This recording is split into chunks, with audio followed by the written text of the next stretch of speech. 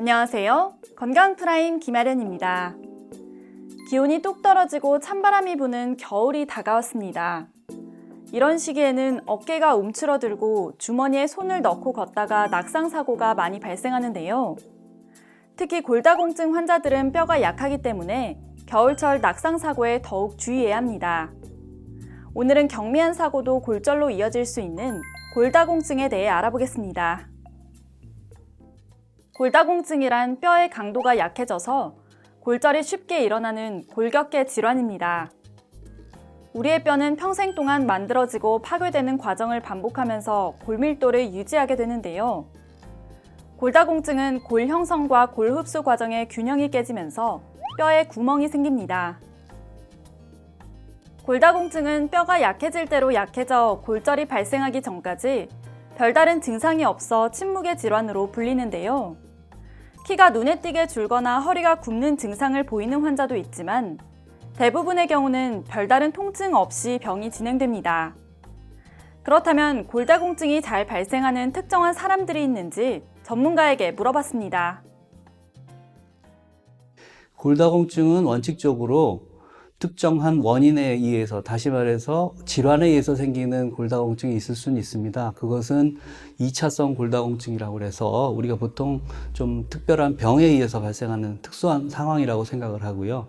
일반적으로 골다공증이라고 하는 것은 1차성 골다공증이라고 해서 폐경 후 일단 여성의 경우에 그렇게 진행이 되기 시작하고, 모든 사람의 경우에 나이가 들면서 뼈가 다 나빠지기 때문에 연령 증가에 따라서 오는 것이 결국 골다공증이라고 할 수가 있겠습니다. 일반적으로 골다공증은 골절이 발생하기 전에는 환자 스스로 진단하기 어렵습니다.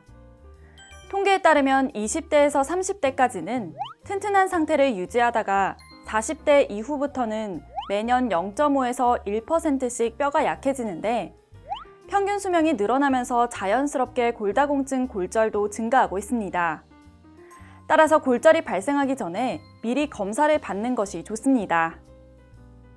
이제 골다공증과 관련된 몇 가지 궁금증에 대해 살펴보겠습니다. 첫째, 중년 여성에게 특히 골다공증이 많이 발생하는 이유가 있나요?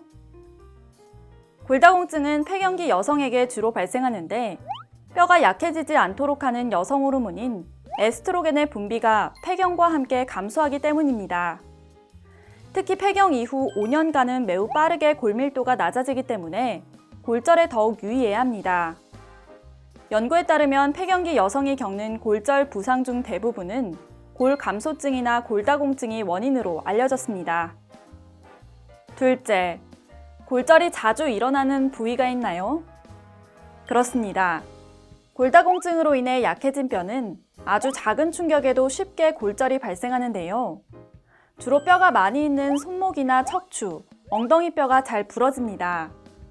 이런 부위는 주로 넘어지거나 떨어지면서 손바닥으로 땅을 짚을 때, 혹은 엉덩방아를 찧을 때 충격이 더 많이 전달되기 때문에 골절이 자주 일어납니다. 셋째, 골다공증 치료 시기에 골든타임이 있나요? 그렇습니다. 골다공증을 진단받거나 골절이 발생하는 즉시 골다공증 치료를 시작해 골밀도를 유지하는 것이 중요합니다. 노화로 인해 한 번 약해진 뼈는 다시 젊은 시절의 튼튼한 뼈로 돌아가기 어렵기 때문에 조기 치료를 통해 악화되는 증상을 막아야 합니다. 그럼 이제 골다공증 치료제는 어떤 것들이 있는지 전문가를 통해 알아보겠습니다. 골다공증 치료제의 종류는 물론 이제 칼슘하고 비타민 D도 이제 치료제라고 볼 수는 있는데, 그건 이제 기본이라고 봐야 될 것이고요. 전문 치료제라고 하면 골 흡수를 억제하는 그런 약제를 사용하거나 골 형성을 촉진하는 그런 약제를 사용할 수가 있고요. 또 최근에는 그 두 가지의 장점을 딴 골 흡수는 억제하고 골 형성을 촉진하는 두 가지 기능을 다 갖고 있는 1개월에 한 번 맞는 주사까지 최근에 소개된 바가 있습니다.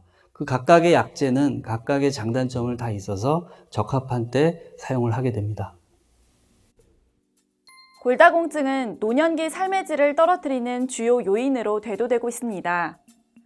만약 골절이 발생하게 되면 거동이 불편해 일상생활이 힘들어지기 때문에 무엇보다 제때 적극적인 치료가 필요하다는 점 꼭 기억하시기 바랍니다. 지금까지 건강 프라임 김아련이었습니다.